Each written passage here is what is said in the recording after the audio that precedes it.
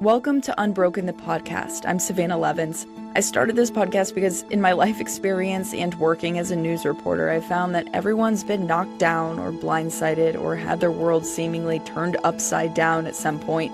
And for many people, it's cathartic to talk about their experiences out loud. And likewise, it can be therapeutic to hear other people's stories and know that there is light at the end of all darkness. If you have a story you'd like to share on the podcast, I'd love to hear from you. Just email unbrokenthepodcast@gmail.com. And please rate, review, and subscribe. On today's episode, we have Katie telling her story of her parents' divorce. There was infidelity involved with someone close to the family. I know Katie personally and asked her to be on the podcast because I think hearing how it affected her at such a young age and still impacts her today really says a lot. Here's Katie. So today we have Katie on the podcast. Katie, thank you for being here. Thanks for having me. And full disclosure, Katie and I have been friends for 2 years now? Yeah. 2 years. So this is a story that you told me not too long into our friendship. And I know how much it's impacted you, and I know it's not always easy to talk about, but I know it's like impacted who you are today in so many ways. So thank you for being here. Yeah, thank you. So let's talk about your parents' marriage. They didn't get divorced. It wasn't finalized till you were, a teenager. So what do you remember about their relationship growing up? Growing up, I never thought that there was anything wrong. They would fight here and there, but I just thought that was normal. There's things about this time that happened in my life, like, I remember them like they were yesterday. So, like, I remember being at one of my tennis tournaments, and a bunch of my friends' parents got divorced, like, when they were young. And they got in a really big fight. My dad said that he was going to check her phone records because she wouldn't tell him who kept calling her. And she said, if you do that, I'll divorce you. And that's the first time I ever heard that come out of their mouth. And I made them promise me that night. We were all like laying in bed in a hotel room, and I remember making them promise me that they would never get divorced. And how old were you then at the time? I must have been 10 or 11. Mm-hmm. And what did they say to you? They promised? Yeah, they both promised me that they weren't going to get divorced. But other than that, everything felt normal to you? Yeah. Normal parents? Yep. Fighting? I mean, what would they fight about? Was it always something different, or was there recurring themes? No. That's really the only fight that I remember, and the only reason is because they threw that out. Mm-hmm. I mean, my dad did sleep in the guest bedroom, but they blamed that on, like, he had a herniated disc and things like that, and that didn't start until probably around that time, 11. Do you think they tried to hide their fighting from you, or did they do it, like, pretty openly when they would? I think that they probably tried to hide most of it from us. You and your brother? Yeah. Mm-hmm. So we weren't affected by it, but I just don't remember anything being that bad. Mm-hmm. And then it kind of all came to a head and crashing down in a sense. Tell me what happened. So, like I said, I remember everything like it was freaking yesterday, but they sat us down. And you were 16 at the time, or how old? 15? I was 12. Oh, okay. It took 5 years for their divorce to be finalized. Okay. Yeah. So you're 12. They sit you and your younger brother down. Yep. They turn the TV off, and we're like, what the heck? And they got in a really big fight on Christmas, and my mom like stormed off to her room, and it was a really awkward Christmas, and then they waited until after New Year's to set us down and told us that he was moving out, that they were going to be separated and they were going to try to work on things, but that my dad was moving out. And that's how everything came to a head for me. He ended up buying a 3-bedroom condo for himself, and he had my brother and I on the weekends. So one day, he had gone out like on a run in the morning, and I went like snooping through his things, like a curious 12-year-old. Right. And I found all these cards. They were from a woman, and the first time I had ever seen my dad without his ring on was his birthday. And there was a birthday card from him, and that's when I really just like figured out like this is real. And but it was signed like a different name than I knew her as. And so I called my mom, and I was crying. I was like, Dad has a girlfriend, you know, like come get me. So she came and got me, and she said, you know who that is, right? And I was like, no. It was a name you didn't recognize that was signed on the card. Right. And she said, that's your babysitter. Your babysitter of how long? This was someone you knew. Yes, yeah. I mean, my mom used to ask her to stay for dinner after. She used to, even when she wasn't getting paid, take me to like a Pelicans game, which is a minor league baseball team. She would take me to the beach, like all things that, you know, just basically using me to get to my dad. Now, in retrospect, you see that. But at the time, you thought you were bonding with the babysitter. Right. I liked her. She was cool. Like, I didn't know what she was doing. So that was when it came crashing down for me. So the obvious question people are going to want to know, what was the age difference between your babysitter and your dad? 18 years. Okay. So when your mom tells you this, what's your reaction? Did you believe it, or were you just shocked? Shocked, yeah. I thought, like, there's no way. There's no freaking way. And then, you know, I looked back at all the time that I had spent with her, and she had also been showing up places that we were at with my dad. So my dad took us to school every Friday, my brother and I. So he picked us up on Fridays, took us to Dunkin' Donuts for breakfast before school. We saw her there like a number of times. She showed up, got coffee, said hey to us, and we said, hey, you know, all excited, having no idea that she's dating our dad. You thought this was just a random coincidence. Oh, look, the babysitter's here. Yeah. And it happened. We went to this pizza place one night for dinner. She got takeout and was just showing up. My dad and I volunteered at a Pelicans game to work the concessions for my softball team at the time. She showed up. And at the time, you're young, you just think it's a coincidence every time. Yeah, she lives in Myrtle Beach, you know, we're just running into her. But I think what she was doing, you know, looking back, is like showing my dad that everything's going to be okay if he chooses her. That we're going to be one big happy family. So you're in the car with your mom. She tells you this. How do you react in that moment? I know you said you were shocked, but... Yeah.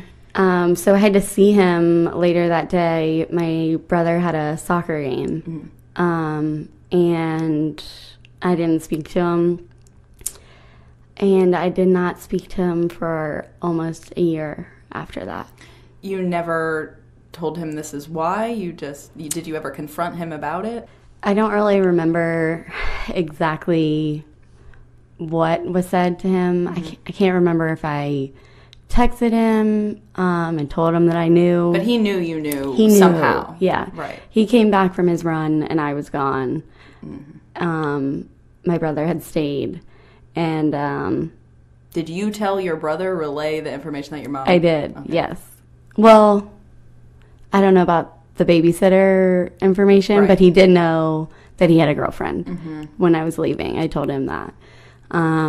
So he called me, I think he might have missed 2 days, calling me every single day, leaving me a message for maybe 11 months until I talked to him again. And you never picked up? Was it the anger that was keeping you from doing that? The betrayal? Did you think about answering a couple times?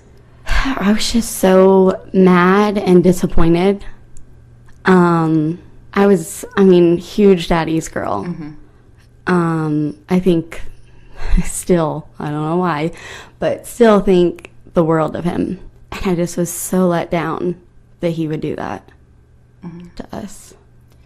So during this time, before we get to when you finally talked to your dad, during this time, were you in the mindset where you wanted more information and you're asking your mom things? And how did that go? How did that play out?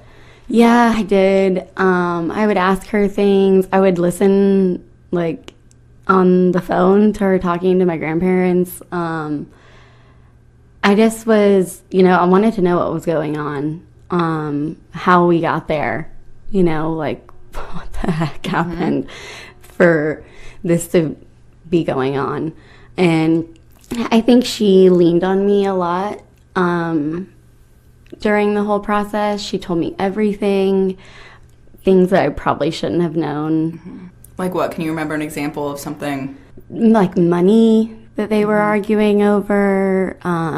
She had to hire a private investigator, and you were a kid. I mean, yeah, right? You're 12 years old. Yeah. That's a lot. So she just, I think, and I don't blame her for it, I think she needed somebody. But there are things that I wish I didn't know about my dad that I do.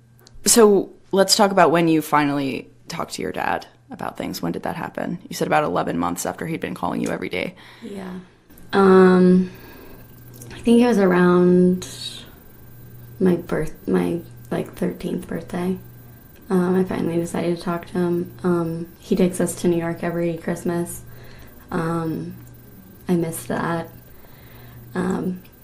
But I think that everything that my mom had been sharing with me has made it harder to forgive him, whereas my brother doesn't know as much. He's very naive to everything. And did you envy that? Yeah. And did you ever feel the need to confide in him? Because I'm sure you felt like you wanted someone to talk to too. Yeah, but I'm so protective of him, right? That, like, as much as I wanted to share, I also wanted to protect him. And that was more important to me. So you answered the phone. Yep. And I don't think we talked about anything, to be honest. I think he was, like, just relieved that and because I also cut out, like, his family, because every time I would talk to them, they'd be like, you really need to talk to your dad. My aunt, and my grandma, which was so hard. Right. So I think we, reconnected, and, we were getting back on track. I was going over there on the weekends or going to dinners with him again, and things like that. I started high school. We had a pretty good relationship. I think I still held that against him at all times. Did he act like he was trying to win you over all the time, or were you guys just kind of back to normal, let's not talk about it? I wouldn't say he would try to win me back. That's not him at all. I wish he would try that these days, but no. I think me not talking to him for almost a year really, like, broke him. And I could hear it in his voice, like, when he would leave me voicemails sometimes. I think he was just so happy to have me back that he was just trying to be normal. And then what happened? Because things did not end there, Yeah. right? So their divorce was not final until my junior year of high school. So 5 years later, and maybe like a week or two after the divorce was final, he sits my brother and I down again. Every time this happens, we know it's not good. And he tells us that the babysitter is pregnant. And I've only seen him cry twice in my entire life, and this was one of them.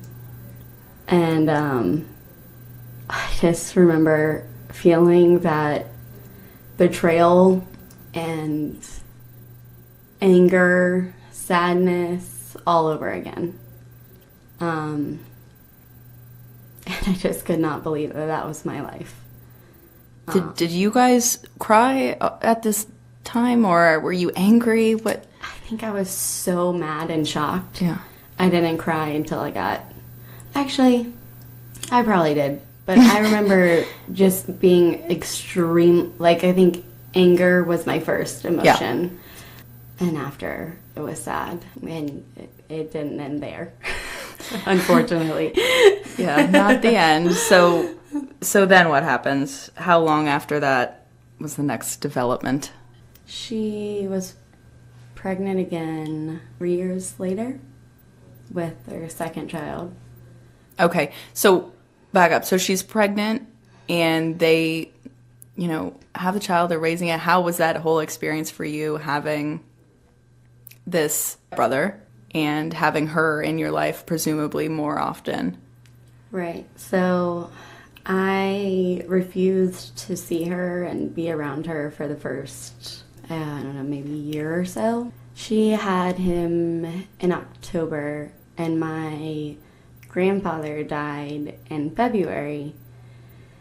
And I remember going to the funeral, and she demanded to sit in front with the family. And my mom was bringing my brother and I to Columbia for the funeral. And my dad told her, no, you're not going to sit in front. Katie doesn't even have a relationship with you. And this is her grandfather that she's known her whole life. So she left. She didn't even stay for the funeral.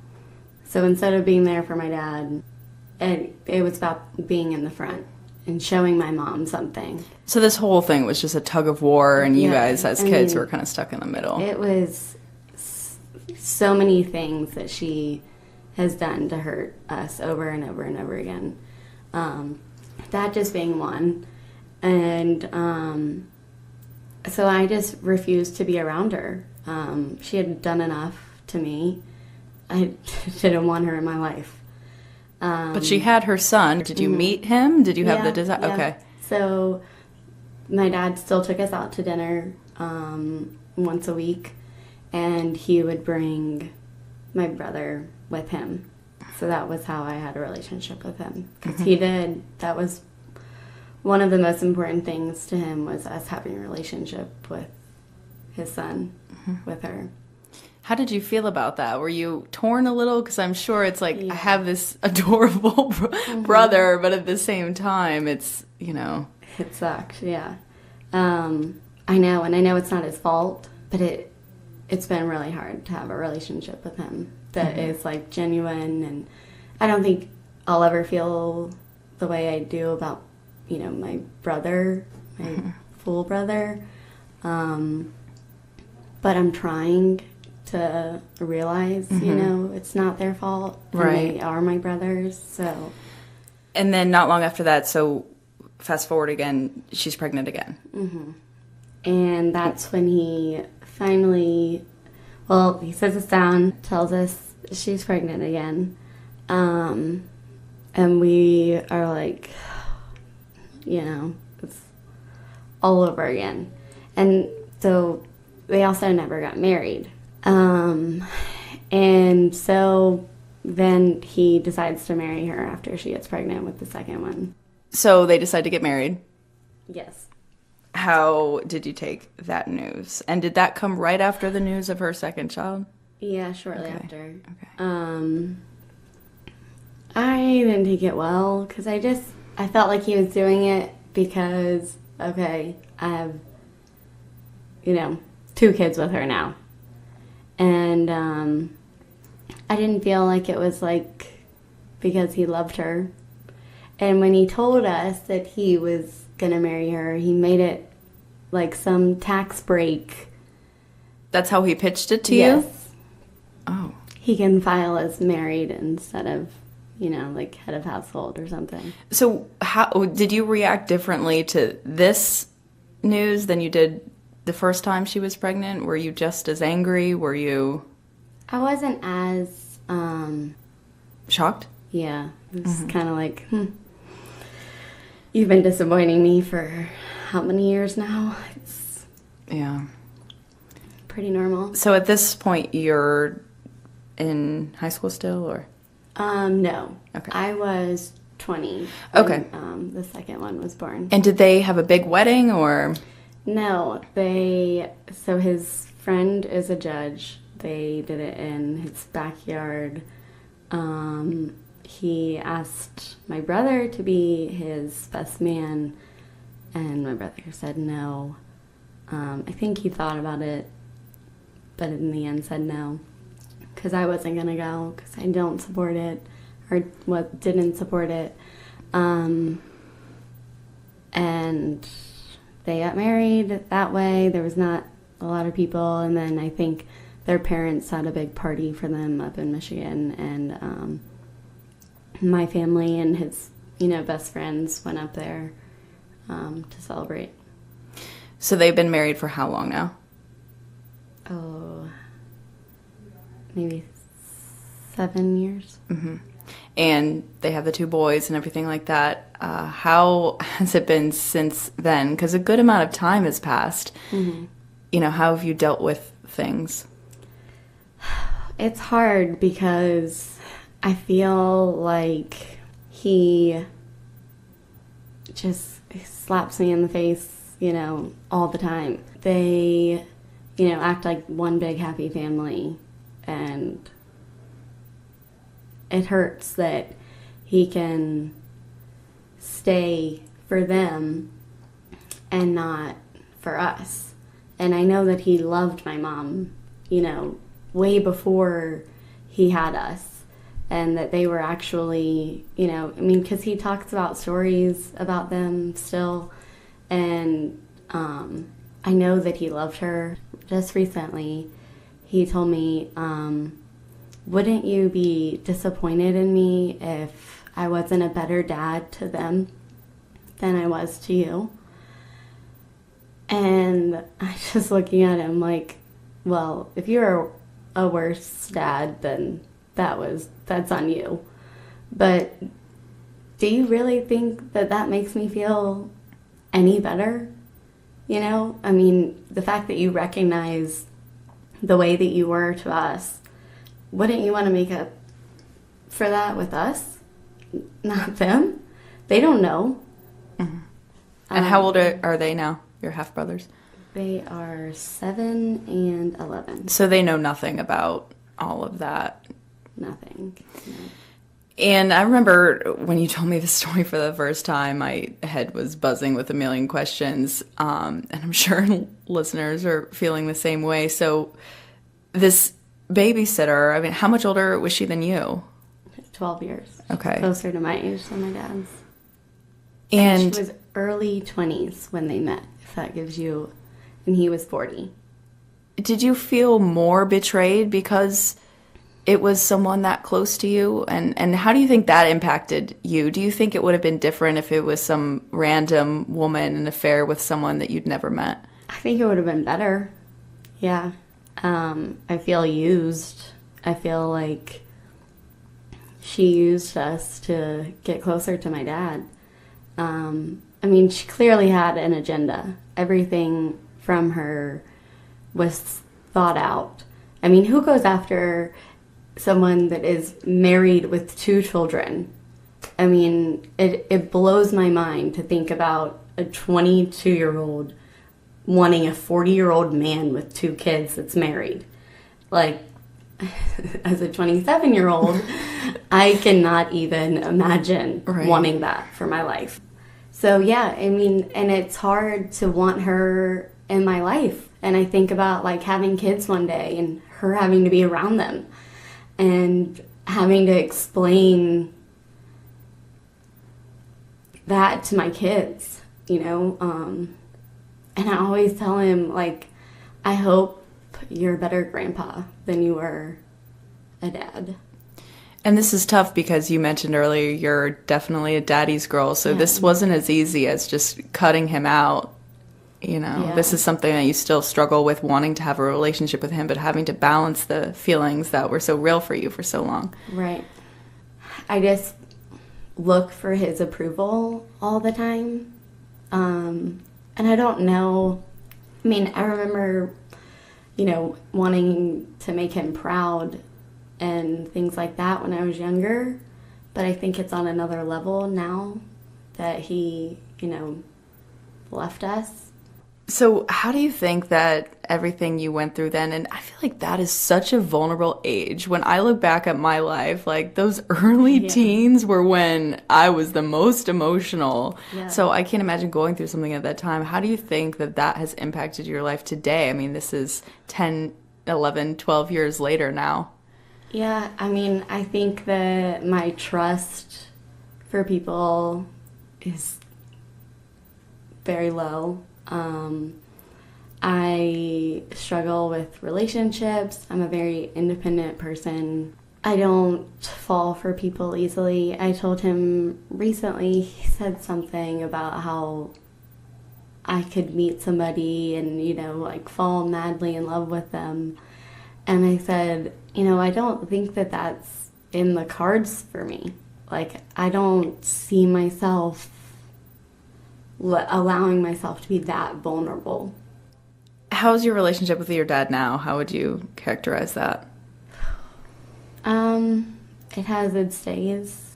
We speak maybe like every 2 weeks. He's allowed to call me when he's in the car driving, whereas he used to call me every single day. Mm-hmm. We've talked about the ways that this has been difficult for you. Do you think that there have been ways where it's made you a better or stronger person? Oh, yeah. 100%. I think that it's allowed me to focus on myself versus, you know, having a boyfriend or being so focused on having a boyfriend or a husband. It's allowed me to start my career, be a successful businesswoman on my own. Which I can attest to. You're one of the most successful women I know. So in that way, are you grateful? I am. It's a tough word to use in a situation like this. Yeah. But it's really made you who you are today, which in my opinion, I think is a pretty good person. Thank you. Yeah, I mean, it's taught me so much. I think that I've learned so much from watching their marriage fail, and everything that I've been through. Everybody, I feel like, learns from the hard times more than the good times. And I could not say that that makes me a better wife one day, but hopefully it does. And hopefully it makes me a better mom. But right now, it has made me a better person, I think. If there are people listening whose parents are going through a divorce right now, anything you would say to them, any advice? Don't go digging for information that you don't need to know. That sticks with you your whole life, yeah. And just try to focus on you and what you can control, because you can't control what your parents do. I think I look for my dad to, like, reassure me all the time, and he's never going to do that. So focusing on yourself and you being happy, that's all that matters. And for adults maybe going through divorce who have children, what advice, any insight you would give to them based on what you went through as a kid? Yeah, I think that shielding them from whatever you can is what's best, and to never put them in the middle to where they feel like they have to choose. I feel like I'm constantly choosing whether I'm seeing my dad or my mom, because I don't live in the same city as them. So when I'm home, they're never going to be in the same room, or, right now at least. I always have to choose one or the other. So if you can make it easier on your kid to not have to choose between you or your spouse, be in the same room, continue to have a good relationship, be friends, just make it easier on your kid. Yeah. When you look at your future now, years and years down the line, what do you hope for? What do you hope that picture looks like? I hope that we can all be in the same room one day. I hope I can have Christmas at my house and everybody be there. And I hope to one day fully forgive my dad for everything. I think the thing about this podcast and all the stories that we're going to hear of people going through really hard times is it's not always black and white, this happened and now I'm healed and fixed and everything's great. Do you feel like it's something you struggle with every day? Yes. I think out of sight, out of mind, when I'm not around him or I'm not home, it's easier for me not to think about. But I do think it affects, obviously it's changed the person that I am today. I always just tell him, I wish that he would choose me every now and then. And it's a constant thing I have to deal with. And it's probably hard not to project that onto your half-brothers as well. Do you have a relationship with them? Do you see them every so often?